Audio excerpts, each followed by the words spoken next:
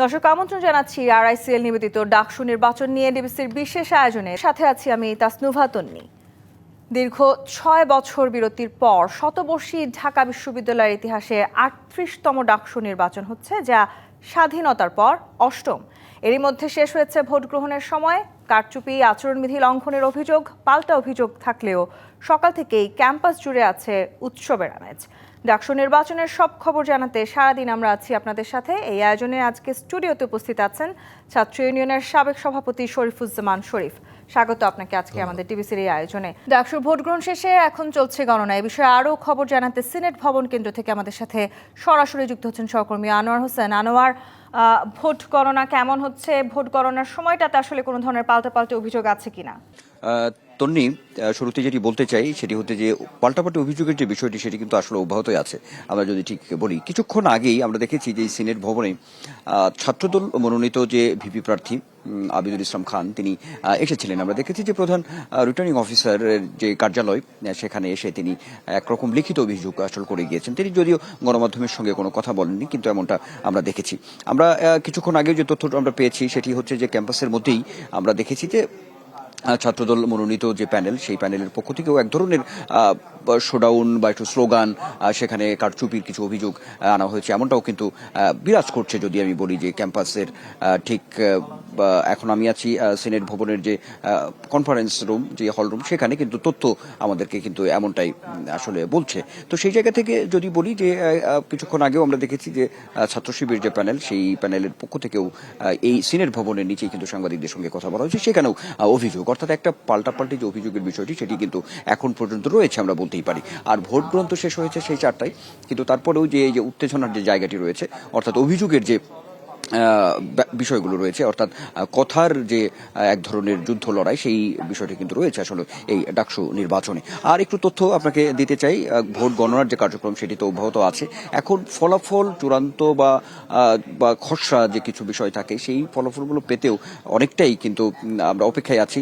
দেরি হচ্ছে, বা যদি ওইভাবেও বলি তথ্যের জায়গা থেকে, তাহলে বলতে হবে যে আসলে সেটা দীর্ঘ সময় হয়তো লেগেই যাবে। চূড়ান্তভাবে ফলাফলের যে জায়গাটি সেটি হচ্ছে মধ্যরাত পর্যন্ত আসলে চলে যেতে পারে, এমন একটি তথ্য কিন্তু আমাদের কাছে আছে। আর এই মোটামুটি ডাকসু নির্বাচনের যে 8টি কেন্দ্র ছিল, সেই 8টি কেন্দ্রের মধ্যেই মোটামুটি সবগুলো কেন্দ্রের যে ব্যালট বাক্স যে গণনা কার্যক্রম সেটি তো অব্যাহত আছে এখন পর্যন্ত। আর যে শতাংশের যে জায়গাটি যদি বলি, সেই জায়গা থেকে আপনি খবরেও বলছিলেন যে তাতে করে 65 থেকে 85% ভোট যে গ্রহণ কাস্ট, সেটির একটি তথ্য কিন্তু এখন পর্যন্ত আছে। অর্থাৎ একটা বিপুল সংখ্যক ভোটার ভোট দিয়েছে, এমন একটি বিষয় আছে। তো আলোচনার জায়গা আছে, এখন আসলে দেখার বিষয়, অভিযোগের বিষয়গুলো আছে প্রার্থীদের মধ্যে আমরা দেখেছি। এখন অপেক্ষার সেই বিষয়টি যে এই খুবই আলোচিত ডাকসু নির্বাচন 6 বছর পরে, আমরা যদি বলি 2019 সালের পরে 6 বছর, তারও আগে যদি গ্যাপের কথা বলি তাহলে প্রায় 28 বছর একটি গ্যাপ ছিল ডাকসু নির্বাচনের। তো সেই হিসেবে এই ঢাকা বিশ্ববিদ্যালয় কেন্দ্রীয় ছাত্র সংসদ, ডাকসু ও হল সংসদ নির্বাচন ঘিরে একটি আলোচনার জায়গা আছে। সারা দেশের একটি চোখ কিন্তু ঢাকা বিশ্ববিদ্যালয়ের দিকেও আছে, এমনটা আমরা কিন্তু বলতেই পারি। সব মিলে আমরা অপেক্ষায় আছি, কার্যক্রম চলছে, ভোট গণনার কার্যক্রম চলছে। তারপরে এর মধ্যে কোনো নতুন তথ্য আপডেট আসলে সেটি তো নিশ্চয়ই আপনার মাধ্যমে আমরা দর্শকদেরকে জানাতে পারবো। তবে মোটা দাগে বলতে পারি, চূড়ান্ত ফলাফলের যে বিষয়টি সেটি অনেকটা সময় লাগবে, সেটি বলাই যায় মধ্যরাত পেরিয়ে যেতে পারে। ধন্যবাদ আনোয়ার আপনাকে। দর্শক, আমাদের সহকর্মী আনোয়ার হোসেন যুক্ত হয়েছিলেন আমাদের সাথে ঢাকা বিশ্ববিদ্যালয় থেকে। আমরা যেতে চাই আমাদের আজকের অতিথি শরীফুজ্জামান শরীফ আপনার কাছে। আপনি নিজেও 94 এর ডাকসু নির্বাচনে অংশগ্রহণ করেছেন, যদিও সেই নির্বাচন হয়েছিল বিএনপির অধীনে এবং মাঝপথে সেই নির্বাচন আসলে বন্ধ করে দেওয়া হয়েছিল। অন্তর্বর্তী সরকারের অধীনে প্রায় দীর্ঘ 6 বছর পর এই যে নির্বাচন, ডাকসু নির্বাচন আমরা দেখছি, সেই নির্বাচন ঘিরে আজকে সারাদিন নিশ্চয়ই আপনি চোখ রেখেছেন ডাকসু নির্বাচনে। কেমন মনে হলো? অন্তর্বর্তী সরকারের অধীনে এই নির্বাচন কেমন হয়েছে? আপনাকে ধন্যবাদ, দর্শক শ্রোতাদেরকে ধন্যবাদ। আমি ডাকসু সম্পর্কে আলোচনা শুরু করার আগে, আজকে ডাকসু নির্বাচন কাভার করতে গিয়ে একজন সাংবাদিক তিনি মৃত্যুবরণ করেছেন। আমি তার প্রতি গভীর শ্রদ্ধা জানাচ্ছি। ডাকসু বাংলাদেশের ছাত্র সংসদের যতগুলো ফোরাম আছে তার মধ্যে সবথেকে আলোচিত প্ল্যাটফর্মটি হচ্ছে ডাকসু।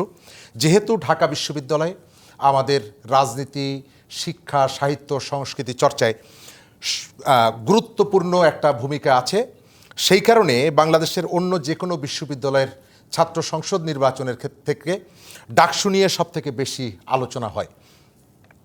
ডাকসুর গৌরবোজ্জ্বল ভূমিকা আছে, বাংলাদেশ সৃষ্টির পেছনে ঢাকা বিশ্ববিদ্যালয়ের ভূমিকা আছে, এগুলো আমরা জানি। আপনি যে তথ্যটি দিলেন এটি আসলে 1994 সালে বিএনপি তখন ক্ষমতায়, তারা একটা উদ্যোগ গ্রহণ করেছিল ডাকসু নির্বাচনের জন্য এবং অনেকগুলো ছাত্র সংগঠন তাদের প্যানেলও ঘোষণা করেছিল। কিন্তু সেই সময়ের যারা বিরোধী দলে ছিলেন, বাংলাদেশ ছাত্রলীগ, তারা দুটো ভাগে বিভক্ত ছিলেন। ক্যাম্পাসে ওই সময় যারা পড়াশুনো করেছেন তাদের নিশ্চয়ই মনে থাকার কথা, একটা হচ্ছে মন্টু গ্রুপ নামে পরিচিত, আর একটা মূল ছাত্রলীগ। তো তাদের ভেতরকার দ্বন্দ্বের বহিঃপ্রকাশ ঘটেছিল এবং একটা পর্যায়ে বিশ্ববিদ্যালয় কর্তৃপক্ষ নির্বাচন স্থগিত করতে বাধ্য হন। তখনকার যিনি ভিসি ছিলেন প্রফেসর ইমাজউদ্দিন আহমেদ, তাকে একটা অনুষ্ঠানে এক ধরনের অবরুদ্ধ করে রাখা হয় দীর্ঘ সময় এবং সেখান থেকে বেরিয়ে গিয়ে তিনি নির্বাচনটি স্থগিত ঘোষণা করেন। এবারের যে নির্বাচনটার প্রেক্ষাপটটা কিন্তু অনেকটা ভিন্ন, কারণ এবারের নির্বাচনে যে ভোটাররা ভোট দিচ্ছে, এই ভোটাররা জীবনে প্রথম তারা এবার ভোট দিয়েছেন। আমাদের বাংলাদেশে ভোটাধিকার প্রয়োগের ক্ষেত্রে এর বাইরে যতগুলো ফোরাম আছে, বিশেষ করে স্থানীয় সরকার নির্বাচন এবং জাতীয় সংসদ নির্বাচন, আমাদের তিনটি নির্বাচন নিয়ে যথেষ্ট যেহেতু প্রশ্ন আছে এবং সেই নির্বাচনগুলো জাতীয় যে নির্বাচন, সেই নির্বাচনগুলো গ্রহণযোগ্যতা না থাকা এবং ভোটারের অংশগ্রহণ না থাকার কারণে এই বিপুল সংখ্যক শিক্ষার্থী শুধুমাত্র ঢাকা বিশ্ববিদ্যালয়ের না, অন্যান্য বিশ্ববিদ্যালয়ে যারা পড়ছেন তারা ভোট দিতে পারেননি। তো আজকের যে নির্বাচনটি হয়ে গেল, এই নির্বাচনে ভোটাধিকার প্রয়োগের সংখ্যাটা আপনি যদি দেখেন তাহলে বোঝা যায় যে বাংলাদেশের তরুণরা তাদের ভোটাধিকার প্রয়োগের ক্ষেত্রে একেবারে অদম্য আগ্রহে অপেক্ষা করছে। 80% উপরে ভোট কাস্ট হয়েছে। দ্বিতীয়ত হচ্ছে, যারা ভোটাধিকার প্রয়োগ করলেন, যারা প্রার্থী হয়েছেন, এরা সবাই হচ্ছে একজন যোদ্ধা। সর্বশেষ যে গত বছরের যে জুলাইয়ের গণ অভ্যুত্থান, এই গণ অভ্যুত্থানে যারা নেতৃত্ব দিয়েছেন, এদের ভেতরে আহত হয়েছেন, রক্ত দিয়েছেন এবং এই গণ অভ্যুত্থানটাকে সংগঠিত করেছেন। রাস্তায় থেকে, কখনো পুলিশের নির্যাতনের মুখে, কখনো পালিয়ে থেকে, তারাই কিন্তু এবারের নির্বাচনে কেউ প্রার্থী হয়েছেন, কেউ ভোটার হয়েছেন।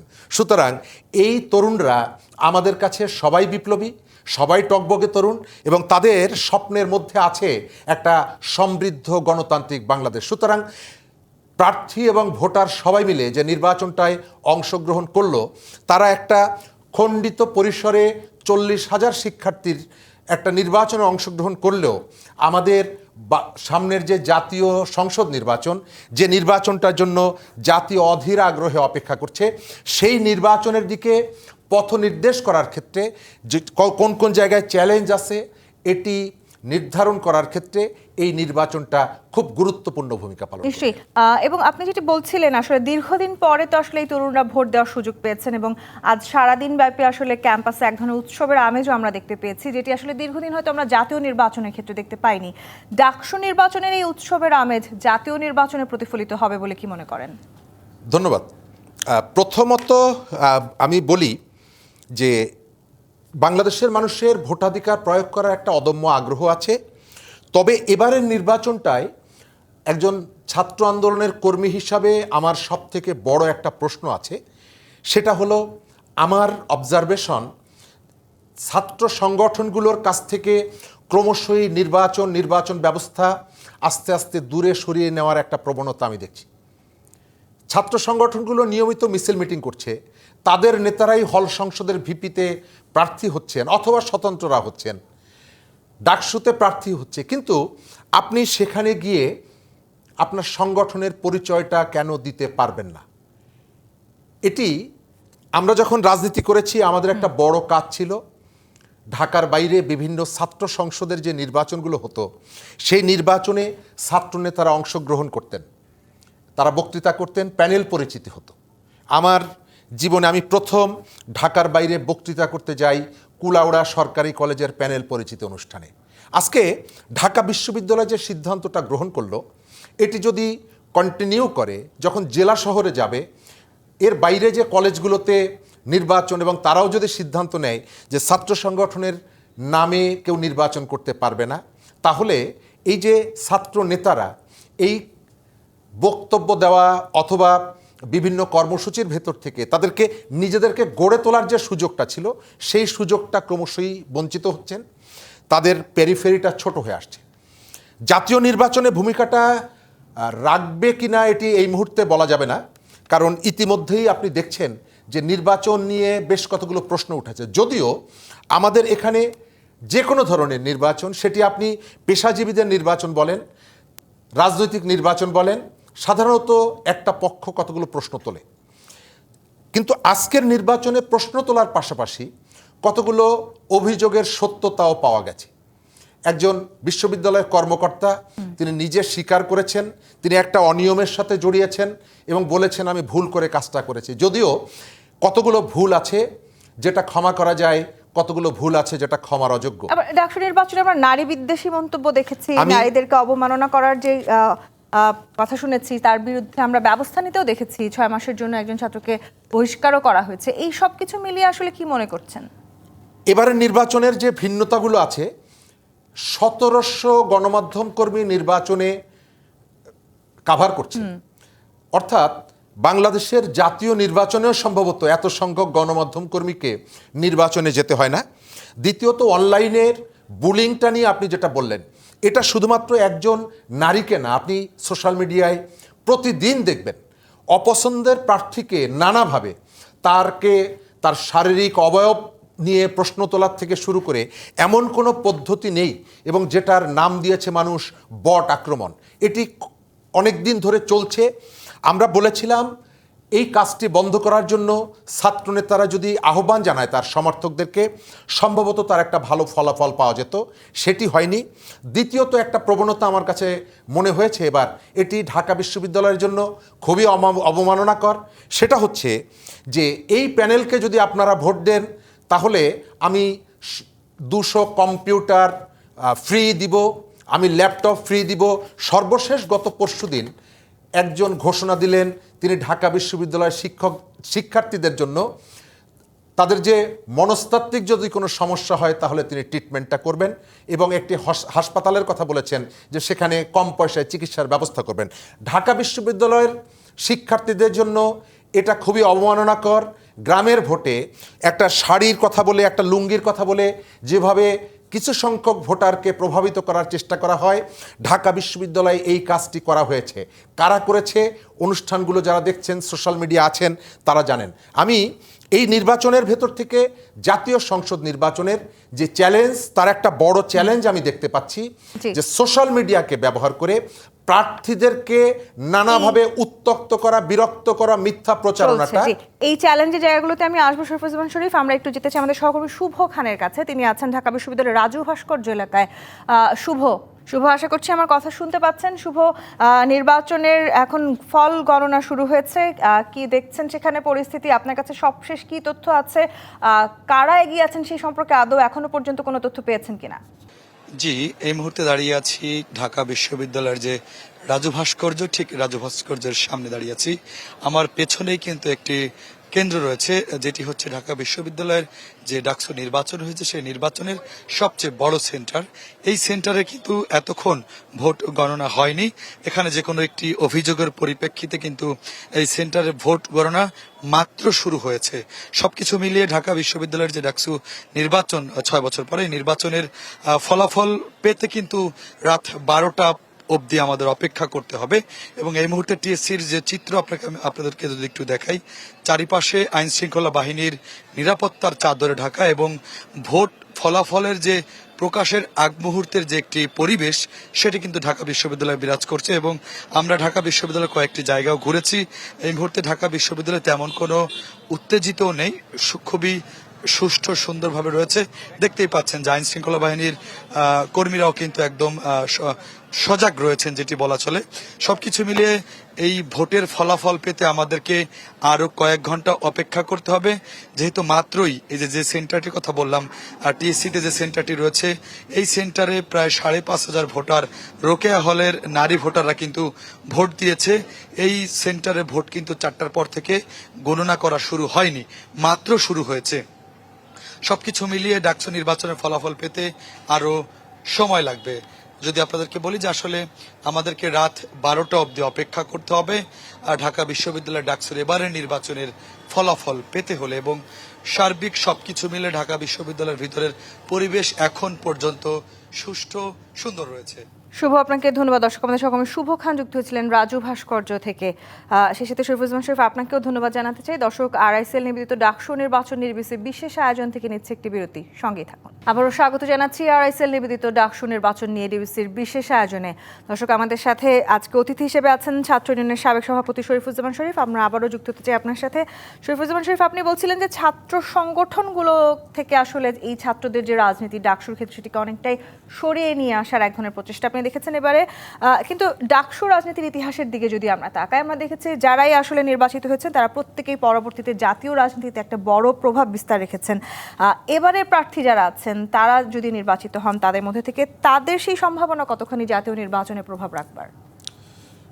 প্রথমত, বাংলাদেশের 60, 70 এবং 80-র দশকে যে নেতৃত্ব আমাদের জাতীয় রাজনীতিকে বিকশিত করেছে, সমৃদ্ধ করেছে, তাদের বড় অংশটাই এসেছে ছাত্র এবং শ্রমিক রাজনীতিতে। কিন্তু পরবর্তীকালে আমাদের জাতীয় রাজনীতিতে যখন অবসরপ্রাপ্ত সামরিক, বেসামরিক, আমলা এবং ব্যবসায়ীদের আগ্রহের জায়গাটা যখন তৈরি হয়েছে, তখন পর্যায়ক্রমে ছাত্র রাজনীতিকে বিতর্কিত করা হয়েছে এবং ছাত্র সংসদের নির্বাচন বন্ধ করে দেওয়া হয়েছে। 90 সালের পরে আপনি দেখবেন প্রত্যেকটা বিশ্ববিদ্যালয়ে শিক্ষকদের ভোট হয়, কর্মচারীদের ভোট হয়, সিনেট হয়, সিন্ডিকেট নির্বাচন হয়, কিন্তু শিক্ষা প্রতিষ্ঠানের প্রাণ যারা শিক্ষার্থী, তাদেরকে তাদের ভোটাধিকারটা আটকে রাখা হয়। সেখান থেকে এবার একটা গণঅভ্যুত্থানের পরে একটা সম্ভাবনা তৈরি হয়েছে। এবার যারা, শুরুতে আমি বললাম, যারা ভোট দিয়েছেন এবং যারা প্রার্থী, তারা প্রত্যেকেই কিন্তু একটা গণ আন্দোলনের পরীক্ষায় উত্তীর্ণ। সুতরাং লিডারশিপের মিনিমাম যে কোয়ালিটিগুলো, লিডারশিপের মিনিমাম যে স্টেজগুলো, সেগুলোকে তারা অতিক্রম করে অনেক দূর এগিয়েছেন। এখন যারা নির্বাচিত হবেন, আমার ধারণা তারা প্রত্যেকেই প্রায় কোনো না কোনো রাজনৈতিক দলের সঙ্গে যুক্ত। এই রাজনৈতিক দলগুলোর দায়িত্ব হচ্ছে তার লিডারকে, তার যে তরুণ নেতৃত্ব যারা বেরিয়ে আসলো, তাদেরকে নিয়মিত নার্সিংয়ের মধ্য থেকে তাদেরকে নিয়মিত প্রশিক্ষিত কর্মী হিসাবে গড়ে তোলা এবং তার জন্য রাজনৈতিক, তাত্ত্বিক প্রত্যেকটা বিষয়ে তাকে একটা ওরিয়েন্টেশনের মধ্যে রাখা। একই সঙ্গে ছাত্র নেতাদেরও একটা আগ্রহ থাকতে হবে যে আমি যে ক্ষেত্রে পাটা রেখেছি, আমি শিক্ষার্থীদের যে ম্যান্ডেটটা পেয়েছি, আমি আমাকে তুলে ধরার চেষ্টা করব, বিকশিত করার চেষ্টা করব। আমাদের ছাত্র রাজনীতির যতগুলো খারাপ দিকগুলো আমরা আলোচনা করি, তার একটা বড় খারাপ দিক হচ্ছে আত্মকেন্দ্রিকতা। আমরা বিভিন্ন সময় দেখেছি সাম্প্রতিককালে যে আমাদের গণ অভ্যুত্থানের নেতৃত্ব যারা দিয়েছেন, তাদের অনেকের সম্পর্কে প্রশ্ন আছে, বিশেষ করে তাদের আর্থিক সততা নিয়ে। যে লিডারশিপ এই নির্বাচনের ভেতর থেকে বেরিয়ে আসবে, আমার প্রথম চাওয়া যদি আপনি বলেন, তারা যেন তাদের পদ পদবি ব্যবহার করে কোনো অন্যায় কাজের সাথে যুক্ত না হয়। আমরাও সেই প্রত্যাশা করতে চাই। শরীফুজ্জামান শরীফ, ফিরবো আপনার কাছে, তবে আমরা একটু ডাকসুর ভোট গ্রহণ শেষে এখন গণনা চলছে, এই বিষয়ে আবার একটু খবর জানতে আমাদের সহকর্মীর সাথে যুক্ত হতে চাই। আমাদের সহকর্মী সুলতানা স্বর্ণা আছেন সিনেট ভবনে। স্বর্ণা, নির্বাচন শেষে ভোট গণনা চলছে, এই মুহূর্তে আসলে খবরাখবর কি আছে এবং কি দেখতে পাচ্ছেন বিশ্ববিদ্যালয় এলাকায়, সেখানে আসলে অবস্থা কেমন? তন্নি, প্রথমেই আসলে জানাতে চাই আমরা সিনেটে অবস্থান করছি এবং যেহেতু নির্বাচন কমিশনের পুরো অফিসটাই আসলে এখানে, তাই কিন্তু সকল রিটার্নিং কর্মকর্তারা এখানেই আসবেন এবং ফল গণনার সকল প্রক্রিয়া এখানেই সম্পন্ন হবে। এবং প্রতিটি কেন্দ্রে এবারের নির্বাচনের কথা যদি বলি, এবার যে 8টি কেন্দ্র রয়েছে, সেই 8টি কেন্দ্রেই কিন্তু আমার পেছনে আপনারা হয়তো একটি এলইডি দেখতে পাচ্ছেন, সেই এলইডির মতো 8টি এলইডি রাখা হয়েছে এবং সেই এলইডিতে কিন্তু ভোট গণনার যে প্রক্রিয়া, সেই প্রক্রিয়াটি দেখানো হচ্ছে। এবং আপনারা হয়তো দেখতে পাচ্ছেন এলইডিতে কিন্তু আমরা দেখছি সিনেট ভবনে যে 60টি হলের শিক্ষার্থীরা ভোট দিয়েছেন, তাদের সেই ভোটের 41টি ভোট 7টি কাগজে তারা দিয়েছেন। সেই ওএমআর ফর্মগুলো কিন্তু এখনও প্রক্রিয়া করা হচ্ছে এবং বাছাই করা হচ্ছে, অর্থাৎ প্রতিটি ফর্ম কিন্তু তারা আলাদা করছেন এবং আলাদা করার পরে তারা সেগুলোকে ওএমআর মেশিনে দিবেন এবং তারপরে শুরু হবে আসলে গণনার যে প্রক্রিয়া, অর্থাৎ তখনই আমরা সংখ্যাগুলো বলতে পারবো যে কোন হলে কতজন ভোট পেয়েছেন কোন পদে। এবং ভিপি এবং জিএস প্রার্থীদের পাশাপাশি হল সংসদের যে ভোটগুলো রয়েছে সেই ভোটগুলোও কিন্তু একই মাধ্যমে হিসেব করা হচ্ছে। এবং আমরা সিনেট ভবনের নিচে অবস্থান করছি। এখানে কিছুক্ষণ আগে আমরা লক্ষ্য করেছি ছাত্র শিবির সমর্থিত যে প্যানেলটি রয়েছে ঐক্যবদ্ধ শিক্ষার্থী জোট, সেই প্যানেল থেকে আসা হয়েছিল। সেই প্যানেলের পক্ষ থেকে কিন্তু বিভিন্ন ধরনের অভিযোগ করা হয়েছে ভোট কারচুপির পাশাপাশি তাদের বিরুদ্ধে বিভিন্ন প্রোপাগান্ডা ছড়ানো হচ্ছে এমন তথ্যও কিন্তু বলা হয়েছে। এবং তারা কিন্তু তীব্র নিন্দা জানিয়েছেন এই নির্বাচনকে কেন্দ্র করে আসলে যে ধরনের অভিযোগগুলো এসেছে যে সুষ্ঠু একটি নির্বাচন হয়নি, সেই অভিযোগগুলোর পরিপ্রেক্ষিতে কিন্তু তারা নিন্দা জানিয়েছেন এবং শিক্ষকদের প্রতিও কিন্তু তারা আর্জি জানিয়েছেন যে যত দ্রুত সম্ভব এই ভোট গণনা শেষে ফলাফলটি দেয়া যায়। এবং তার পাশাপাশি আসলে জানিয়ে রাখতে চাই, কিছুক্ষণ আগে আমরা শামসুন্নাহার হলের আসলে খোঁজ নিচ্ছিলাম এবং শামসুন্নাহার হলের যে শিক্ষার্থীরা রয়েছেন তারা ইউল্যাব অর্থাৎ ইউনিভার্সিটির ল্যাবরেটরির যে স্কুলটি রয়েছেন সেই স্কুলে কিন্তু আজ ভোট দিয়েছেন এবং সকাল থেকেই সেই কেন্দ্রে কিন্তু ভোট নিয়ে একটি কারচুপির একটি অভিযোগ আমরা লক্ষ্য করেছি। এবং সেই ভোট কেন্দ্রে কিন্তু বর্তমানে বাহিরে শামসুন্নাহার হলের যে প্রার্থীরা রয়েছেন তার পাশাপাশি যে ভোটাররা রয়েছেন তারা অবস্থান করছেন এবং তারা বিক্ষোভ জানাচ্ছেন, কারণ যত দ্রুত সম্ভব খুব কম সংখ্যক শিক্ষার্থী সেখানে ভোট দিয়েছেন, তাদের ভোট এখনও কেন জানানো হচ্ছে না সেটি নিয়েও কিন্তু তারা ক্ষোভ প্রকাশ করেছেন। তাছাড়াও তন্নি আসলে ছোট্ট একটি তথ্য দিয়ে শেষ করতে চাই, প্রতিটি কেন্দ্রে কেন্দ্রে আমরা কিন্তু ঢাকা বিশ্ববিদ্যালয়ের বিভিন্ন কেন্দ্রে কেন্দ্রে দেখছি বিভিন্ন প্যানেলের যেমন একটি উদ্বেগ এবং উৎকণ্ঠা যত সময় গড়াচ্ছে, তার পাশাপাশি কিন্তু সাধারণ শিক্ষার্থীদের ভেতরেও আমরা একটু উদ্বেগ এবং উৎকণ্ঠা দেখছি যে এত সময় কেন লাগছে ভোট গণনা শেষ হতে। তবে আমরা আছি তো নিয়ে হয়তোবা পরবর্তীতে যুক্ত হয়ে আরও আপনাকে বিস্তারিত জানাতে পারবো। স্বর্ণা, ধন্যবাদ আপনাকে। দর্শক, আমাদের সহকর্মী সুলতানা স্বর্ণা যুক্ত ছিলেন ঢাকা বিশ্ববিদ্যালয় এলাকা থেকে। ডাকসু নির্বাচন নিয়ে ডিবিসির বিশেষ আয়োজন থেকে নিচ্ছে আরেকটি বিরতি, সঙ্গেই থাকুন। স্বাগত আরও একবার RICL নিবেদিত ডাকসু নির্বাচন নিয়ে ডিবিসির বিশেষ আয়োজনে। দর্শক, আমরা এই মুহূর্তে ডাকসু নির্বাচনের সবশেষ তথ্য জানতে যেতে চাই ভিসি চত্বরে। সেখানে আছেন আমাদের সহকর্মী দাউদ খান। দাউদ, সারাদিন ব্যাপী ডাকসু নির্বাচনে যথেষ্ট উদ্বেগ উৎকণ্ঠা ছিল। এই মুহূর্তে আইন শৃঙ্খলার অবস্থা নিয়ে আপনার কাছে জানতে চাই, আপনি যে জায়গাটিতে আছেন সেখানে আইন শৃঙ্খলা পরিস্থিতি কেমন দেখছেন? সকাল থেকে সুষ্ঠুভাবে ভোট গ্রহণ সম্পূর্ণ হয়েছে, এখন ভোট গণনা চলছে। সকাল থেকে আমরা যদি এখনকার পরিস্থিতি সম্পর্কে বলি তবে মোটামুটি বলা যায় ঢাকা বিশ্ববিদ্যালয়ের পরিস্থিতি একেবারেই শান্ত রয়েছে।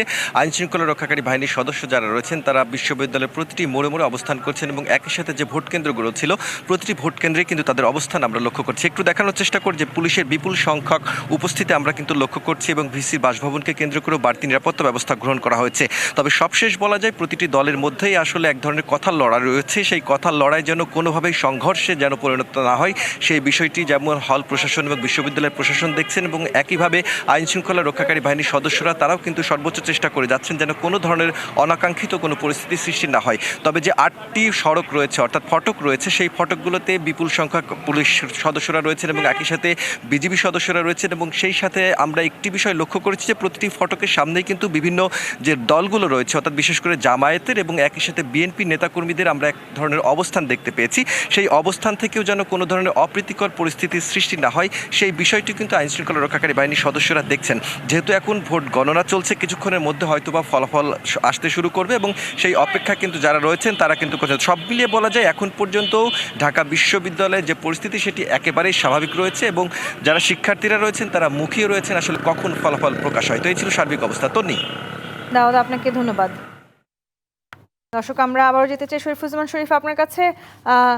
শরীফুজ্জামান শরীফ, বিশ্ববিদ্যালয়ের উন্নয়নে আসলে সবচাইতে বড় ভূমিকাটা রাখার কথা এই ডাকসু নির্বাচনে যারা নির্বাচিত হবেন তাদের।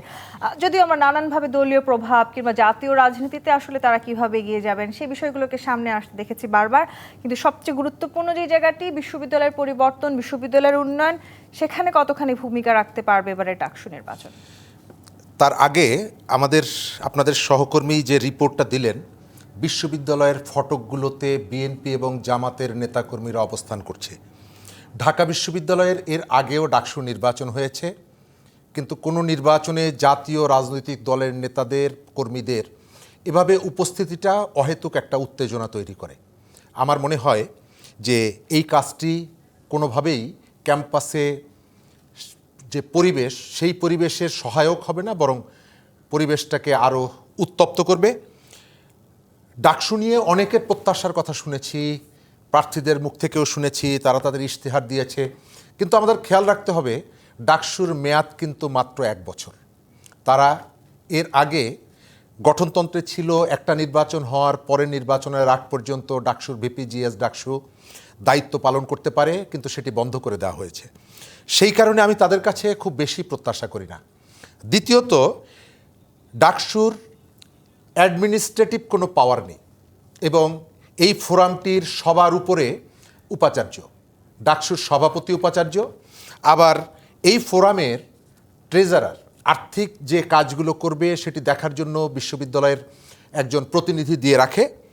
সুতরাং সেই জায়গাটায় তাদের স্বাধীনভাবে কাজ করার সুযোগটাও অনেকটা কম।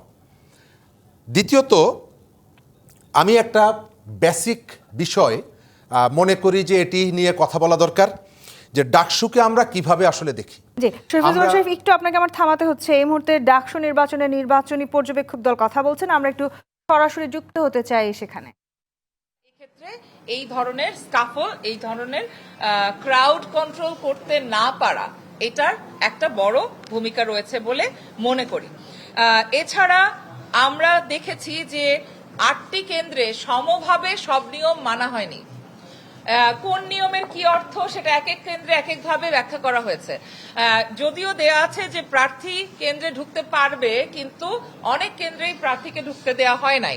কোন কেন্দ্রে বলা হয়েছে হাতে চিরকুট নিয়ে ঢুকতে পারবে কিনা, ব্যালট নাম্বারের কাগজ নিয়ে ঢুকতে পারবে কিনা, এই নিয়ে কোনো স্বচ্ছ পরিষ্কার নির্দেশনা না থাকার কারণে বিভিন্ন জায়গায় এই কাগজের টুকরাটি নিয়ে ঢোকা অথবা না নিয়ে ঢোকা এর একটা তর্ক বিতর্ক বিতণ্ডা ইত্যাদির মধ্যে দিয়ে নানান রকম সমস্যা তৈরি হওয়ার সুযোগ তৈরি হয়েছিল এবং এ বিষয়ে কোনো একক সিদ্ধান্ত আমরা জানতে পারিনি। আরো একটি বিষয় আমরা খেয়াল করি, সেটা হচ্ছে কলম অনেক ক্ষেত্রে দড়ি দিয়ে বাঁধা থাকলেও বা বাঁধা না থাকার কারণে কলম নিয়ে চলে গেছেন। কলম নিয়ে চলে যাওয়ার ফলে কলমের সংকট দেখা দিয়েছে সেন্টারে। সেই সংকট মোকাবেলায় বল পয়েন্ট পেন দেয়া হয়েছে। সেই পেন দিয়ে ভোট দেওয়ার কারণে আপনাদের হাসি পাচ্ছে, আমারও পাচ্ছে, কিন্তু এটা হাসির না, এটা খুব জটিল বিষয়। এই দর্শক, এতক্ষণ আমরা যুক্ত ছিলাম নির্বাচনী পর্যবেক্ষক দল, তারা সংবাদ সম্মেলন করছিলেন, আমরা সে বিষয়ে আলোচনা করছিলাম। আমরা সেই সাথে আজকের মতন বিদায় নিতে চাই। আড়াইসেল নিয়মিত ডাকসু নির্বাচনী ডিবিসির বিশেষ আয়োজন থেকে। শরীফুজ্জামান শরীফ, আপনাকে অসংখ্য ধন্যবাদ আজকের এই আয়োজনে আমাদেরকে সময় দেওয়ার জন্য।